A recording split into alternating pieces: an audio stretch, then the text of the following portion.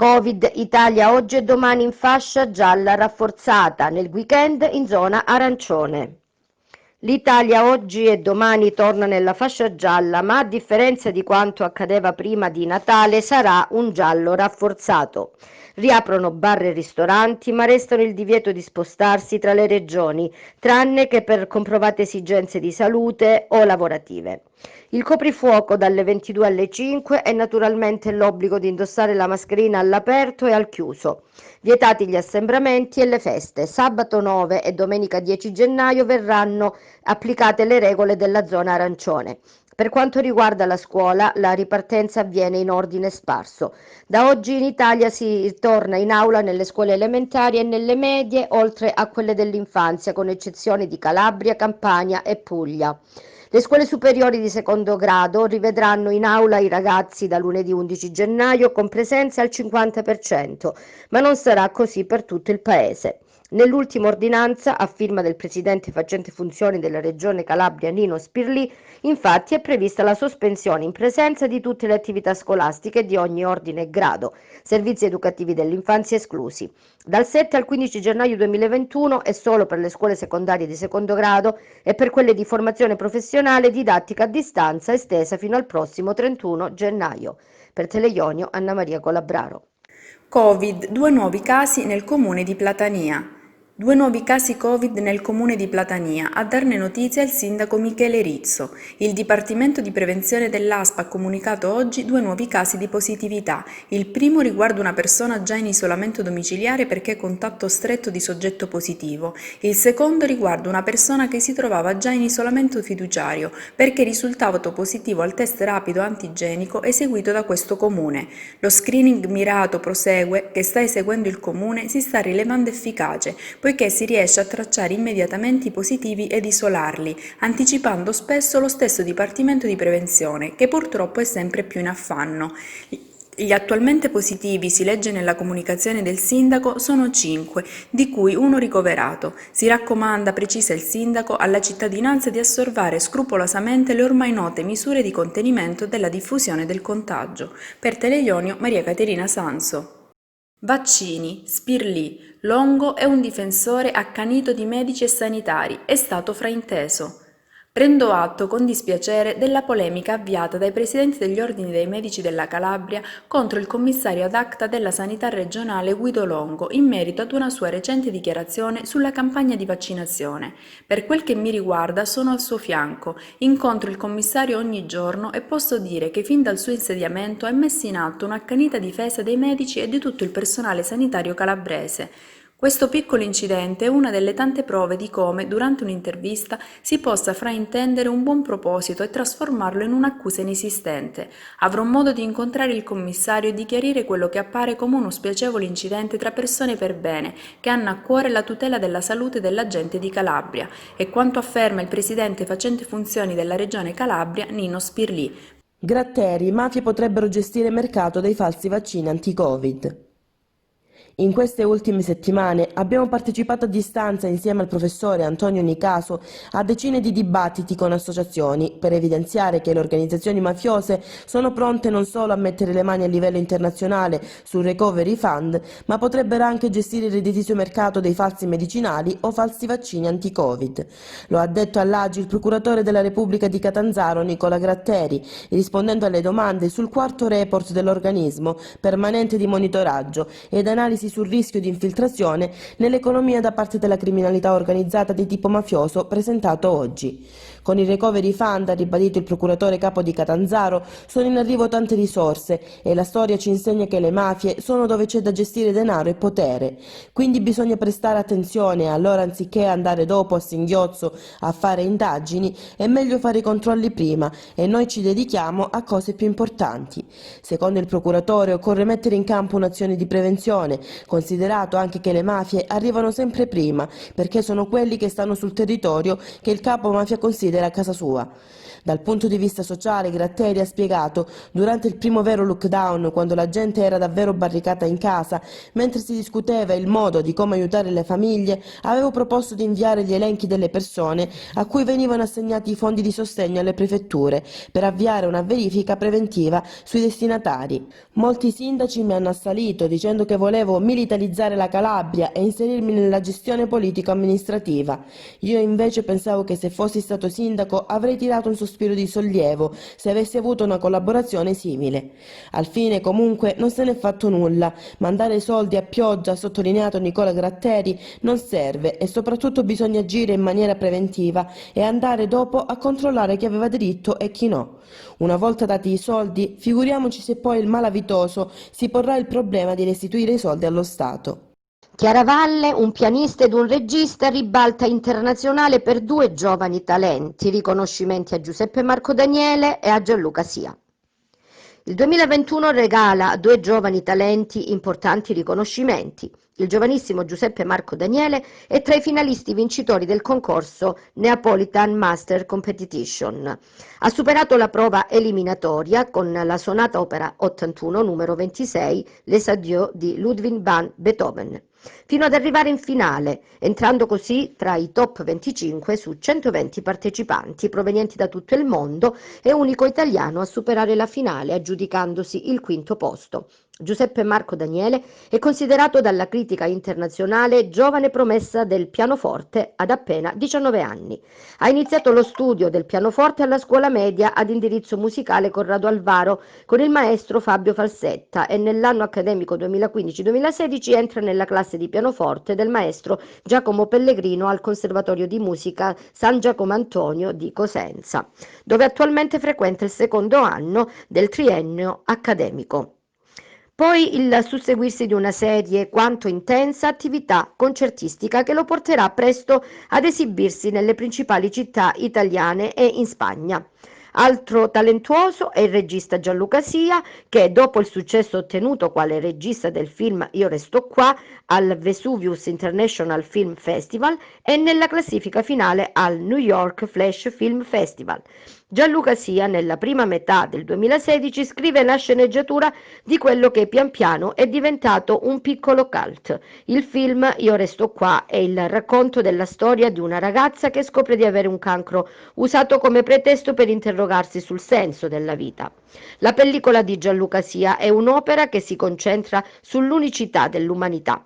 La sua macchina da presa si sofferma sui volti e sulle anime che intrecciano il percorso di Erika, illuminati con cura dalla fotografia di Mauro Nigro.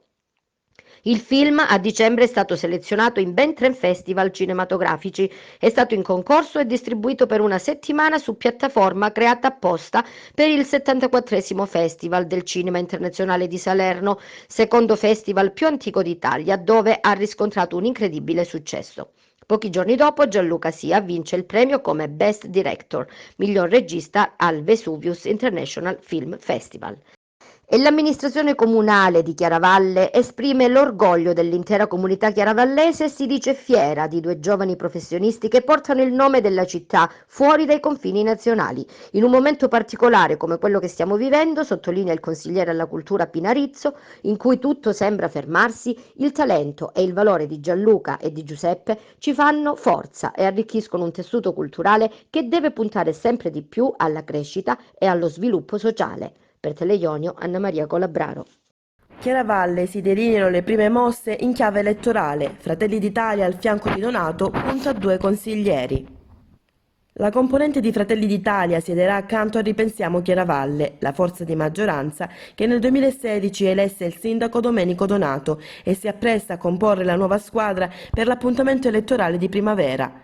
Già presente in consiglio comunale con Pina Rizzo, che ha già maturato l'esperienza di vice sindaca nell'esecutivo di Domenico Donato e adesso da consigliera comunale, è la delegata alla cultura. Il Circolo Fratelli d'Italia sta lavorando per potenziare la flotta in vista della composizione della nuova lista, argomento che il coordinatore del circolo Giuseppe De Leo sta affrontando con gli iscritti per capire come si intende muoversi. In città ormai, anche se sotto traccia, si sta lavorando per definire liste e programmi per i prossimi impegni elettorali.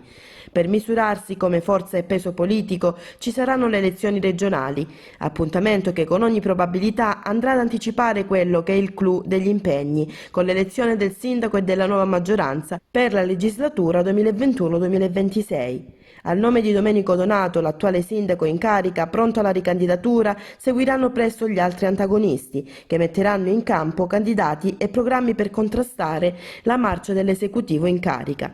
Si tratta di liste civiche, questa è la percezione avuta, con i partiti tradizionali pronti a sostenere i programmi e quindi a trovare le giuste intese. Punto snocciolato proprio dal coordinatore Giuseppe De Leo, che nel 2011 ha fatto il suo debutto in Consiglio Comunale, arrivando a ricoprire la carica di presidente del Consiglio Comunale prima e di assessore per qualche mese appena nella giunta dell'ex sindaco Gregorio Tino, espressione di Forza Italia, che ha terminato anzitempo l'esperienza amministrativa. Giuseppe De Leo sarebbe in pole assieme a qualche altro fratellino nella corsa alla candidatura. Su questo punto l'ex presidente del Consiglio Comunale non si è espresso, rimandando il tutto al circolo che in questi ultimi mesi è notevolmente cresciuto per numero di iscritti e per l'assunzione di responsabilità nell'ambito dell'esecutivo comunale. Se c'è un gruppo che torna a puntare sulla riconferma del sindaco Domenico Donato, c'è un altro gruppo che in questi ultimi mesi ha imboccato una propria linea, per l'altro lontana dalle posizioni dell'esecutivo in carica. Si tratta di Chiaravalle da Vivere, di Santo Sestito e compagnia, che nel 2016 aveva sostenuto l'attuale maggioranza, mettendo in lista propri rappresentanti, tra cui Gregorio Maiolo, che non è riuscito a conquistare il quorum per un posto in assemblea.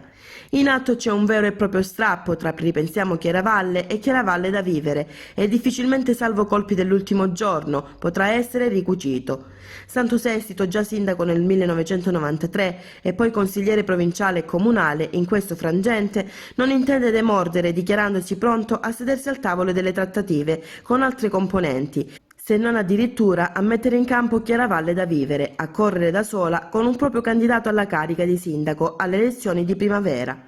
Punto quest'ultimo tutto da verificare in termini di potenziale e di risorse umane da impiegare per una difficile battaglia elettorale. Trattato come sospetto Covid, 51enne muore di setticemia all'ospedale di Reggio Calabria. Trattato come sospetto caso di Covid, è morto nel pronto soccorso no Covid del grande ospedale metropolitano di Reggio Calabria dopo 13 ore dal primo ricovero nell'ospedale di Polistena. È la storia di Maurizio Frana, di 51 anni, deceduto alle 22 circa del 29 gennaio. Stamani il fratello Massimo ha presentato una denuncia al commissariato di polizia di Polistena, chiedendo che siano accertate eventuali responsabilità. Il fratello Massimo Frana ha scritto sulla propria pagina Facebook una lettera aperta al sindaco di Polistena, Marco Policaro.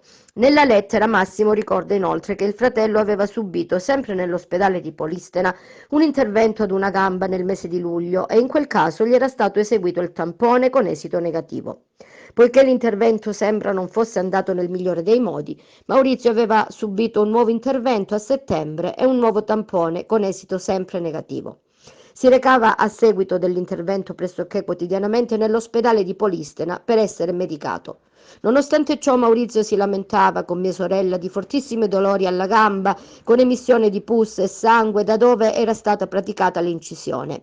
Per setticemia, conclude Massimo Frana, si moriva ancora nell'Ottocento, non lascerò nulla di intentato per individuare e colpire possibili responsabilità. Per Teleionio, Anna Maria Colabraro. A Cutro un incidente lungo la via nazionale, un'auto finisce contro un muro, un ferito.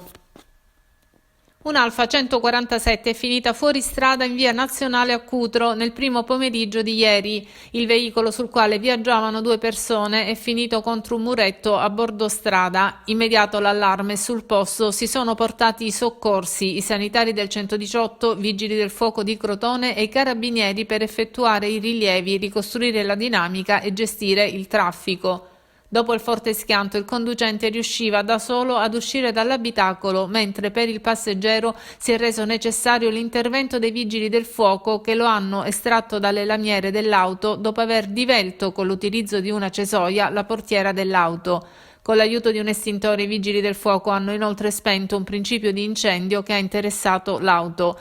I pompieri e le forze dell'ordine hanno isolato e messo in sicurezza l'area, mentre il personale sanitario ha prestato le cure del caso alle 2 persone rimaste coinvolte nell'incidente e il successivo trasferimento al pronto soccorso del San Giovanni di Dio di Crotone.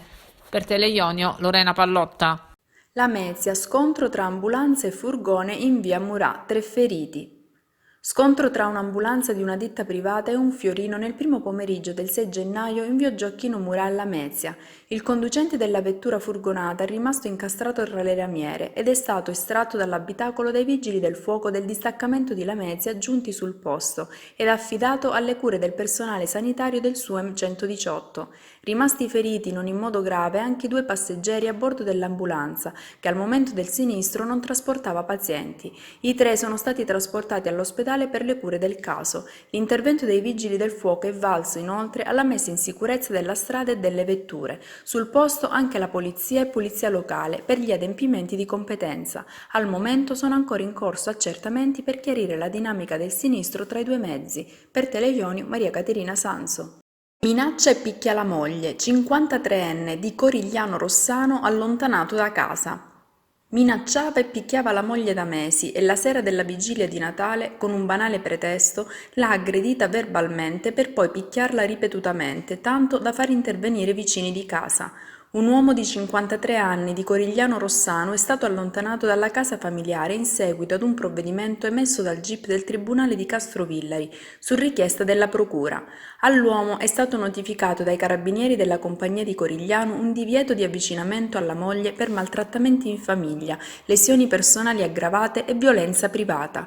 L'uomo da mesi sottoponeva la moglie a minacce, offese e violenze fisiche, culminate la sera del 24 dicembre quando la donna è stata percossa ripetutamente, tanto da dover ricorrere alle cure mediche del pronto soccorso dell'ospedale di Corigliano. I carabinieri, in seguito alla denuncia della donna e grazie alle testimonianze dei vicini di casa e dei parenti, sono riusciti a fermare l'uomo. Investe migrante e non si ferma a soccorrerlo, denunciato nel Reggino. Un 23enne è stato denunciato dai carabinieri per lesioni ed omissione di soccorso dopo aver investito a Rosarno un migrante che era a bordo della sua bicicletta. L'uomo soccorso e portato in ospedale è stato giudicato guaribile in 3 giorni. Secondo quanto ricostruito dai carabinieri, il ferito, un 34enne del Ghana, si è immesso su Via Nazionale Sud con la sua bicicletta, senza essersi fermato allo stop ed è stato urtato da un furgone adibito al trasporto di agrumi e pieno di casse di arance. L'uomo ha perso l'equilibrio cadendo a terra. Soccorso da altri migranti, dopo l'intervento dei carabinieri della compagnia di Gioia Tauro, è stato poi portato nell'ospedale di Polistena.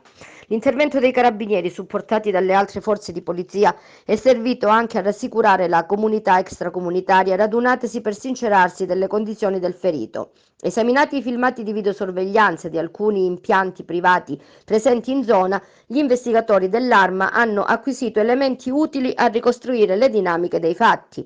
Infatti, poco dopo, accompagnato dal proprio datore di lavoro, il titolare di una società ortofrutticola attiva nella Piana si è presentato ai carabinieri di Rosarno, DSI di nazionalità romena, in Italia da pochi mesi e regolarmente assunto. Il giovane ha riferito ai militari di non essersi fermato pur avendo capito di aver urtato un uomo. Per Teleionio, Anna Maria Colabraro. Tentata rapina e ricettazione, 2 denunce a Palmi durante i giorni rossi. Nei giorni rossi, durante le ultime festività appena trascorse, i carabinieri hanno intensificato l'attività di controllo del territorio al fine di vigilare sul rispetto delle regole di contrasto alla diffusione del Covid-19 imposte dal decreto ministeriale e di garantire allo stesso tempo la costante azione di prevenzione e contrasto delle criminalità in ogni sua espressione. In particolare a Palmi i carabinieri, nonostante si sia complessivamente registrato un comportamento rispettoso delle regole da parte della popolazione, in 15 casi hanno riscontrato irregolarità per l'insussistenza di reali necessità allo spostamento e per il mancato uso della mascherina, con la conseguente contestazione per ognuno di una sanzione amministrativa di 400 euro e denunciato un uomo per tentata rapina. Nello specifico, i militari dell'Arma, durante i festeggiamenti per l'arrivo del nuovo anno, sono intervenuti in contrada Scinà, a causa di una lite scoppiata tra cittadini di origine tunisina, reduci dell'abuso di sostanze alcoliche.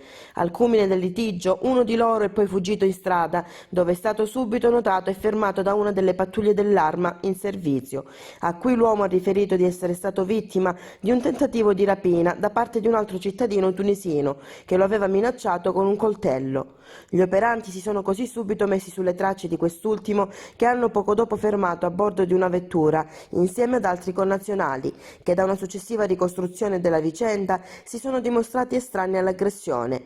Dagli accertamenti posti in essere è risultato che lo stesso aggressore si fosse regolarmente trattenuto sul territorio italiano. Da una prima ricostruzione, infatti, il medesimo era giunto lo scorso 26 giugno a Lampedusa a bordo di un'imbarcazione e dopo essere stato collocato in una struttura in Sicilia aveva fatto perdere le sue tracce fino al controllo della notte di Capodanno. Nei confronti dello stesso i militari hanno eseguito anche un decreto di espulsione emesso nell'immediatezza dalla prefettura di Reggio Calabria sulla base delle risultanze emerse e accompagnato presso il centro di permanenza per il rimpatrio di Bari, dove è stato trattenuto per il successivo espatrio. In un altro caso, sempre a Palmi, i carabinieri hanno denunciato un altro soggetto di origini bulgare, residente a Gioia Tauro per ricettazione. Nella fattispecie, grazie ad una segnalazione pervenuta da privati cittadini, gli uomini dell'Arma hanno fermato e controllato l'uomo mentre trasportava circa 12 kg di cavi in rame, verosimilmente provento di furto ai danni della rete ferroviaria di Palmi Gioia Tauro, per poi essere rivenduto sul mercato illegale. In tale quadro, nel complesso, sono state controllate oltre 500 persone e circa 300 veicoli ed elevate 22 sanzioni per violazione al codice della strada. Continua come sempre l'azione di prevenzione e contrasto da parte dei militari dell'Arma, al fine di garantire, con una capillare presenza sul territorio di uomini e mezzi, il rispetto delle fondamentali regole per una civile convivenza. Lamezia, anche il giudice Petrini tra i 913 testimoni chiamati in aula al processo Rinascita Scott. Un elenco di 913 testimoni chiamati a deporre nel processo Rinascita Scott che il prossimo 13 gennaio inizierà nell'aula bunker di Lamezia Terme. A depositarlo al Tribunale di Vibo Valentia i pubblici ministeri Antonio De Bernardo e Anna Maria Frustaci. In questo elenco c'è anche l'ex giudice della Corte d'Appello di Catanzaro Marco Petrini, che la Procura di Catanzaro ha chiesto di sentire nell'ambito del processo, oltre al magistrato accusato di corruzione e condannato in primo grado a 4 anni e 4 mesi in primo grado nell'ambito di Genesi, che dovrà riferire sul verbale di interrogatorio reso il 25 febbraio. Ci sono anche i testimoni di giustizia, consulenti, parti offese, collaboratori di giustizia di imputati di reati connessi e forze dell'ordine che si sono occupati delle indagini. L'operazione anti-'ndrangheta guidata dal procuratore della DDA di Catanzaro Nicola Gratteri e che il 19 dicembre 2019 ha messo in luce un presunto sistema di criminalità organizzato con base all'Imbadi, provincia di Vibo Valentia, con a capo il clan Mancuso, coinvolti anche politici, avvocati, amministratori e forze dell'ordine. Per Teleionio, Anna Maria Colabraro. Caso imprenditrice Maria Chindamo all'Imbadi, nuove rivelazioni da un collaboratore di giustizia. Nuove rivelazioni sul caso di Maria Chindamo, l'imprenditrice di Laureana di Borrello, scomparsa il 6 maggio 2016 dinanzi alla sua tenuta agricola di Limbadi nel Vibonese. A rilasciarle alla DDA di Catanzaro, che sta indagando sul caso, è il collaboratore di giustizia Antonio Cossidente di Potenza, che ha condiviso la detenzione in carcere con un altro collaboratore di giustizia, Emanuele Mancuso, rampollo dell'omonimo clan di Limbadi, fra i più influenti dell''ndrangheta. Proprio da Emanuele Mancuso, Antonio Cossidente avrebbe appreso che Maria Chindamo sarebbe stata fatta eliminare e fatta a pezzi con un trattore o data in pasto ai maiali a causa del suo rifiuto a cedere i propri terreni di Limbadi al confinante Salvatore Ascone, ritenuto legato al clan Mancuso e già arrestato per il delitto ma poi scarcerato dal Tribunale del Riesame.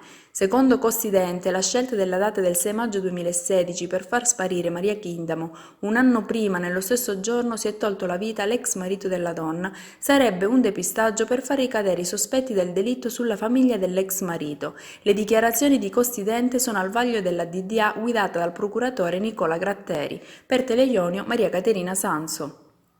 Operazione Crimisa contro l''ndrangheta in Lombardia, chiuse le indagini. La Procura di Milano ha depositato la conclusione per le indagini nei confronti di 5 persone accusate di aver favorito Emanuele De Castro, collaboratore di giustizia già condannato in via definitiva, quale appartenente alla locale dell''ndrangheta di Legnano Lonato Pozzolo, nel distrarre il suo capitale personale per eludere eventuali misure patrimoniali dopo il suo arresto a seguito dell'inchiesta Meneghina Crimisa.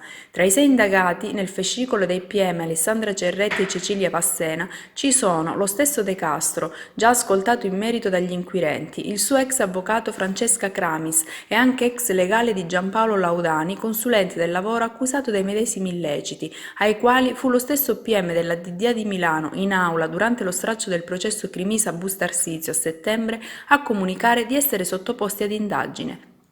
Secondo quanto contenuto nelle carte giudiziarie, Laudani avrebbe convocato uno degli indagati nel proprio ufficio affermando che il denaro di De Castro doveva essere distribuito a più persone, dopo che l'ex avvocato difensore del collaboratore di giustizia gli avrebbe suggerito lo svuotamento del conto corrente. Ora è attesa la richiesta di rinvio a giudizio. Per Teleionio, Maria Caterina Sanso.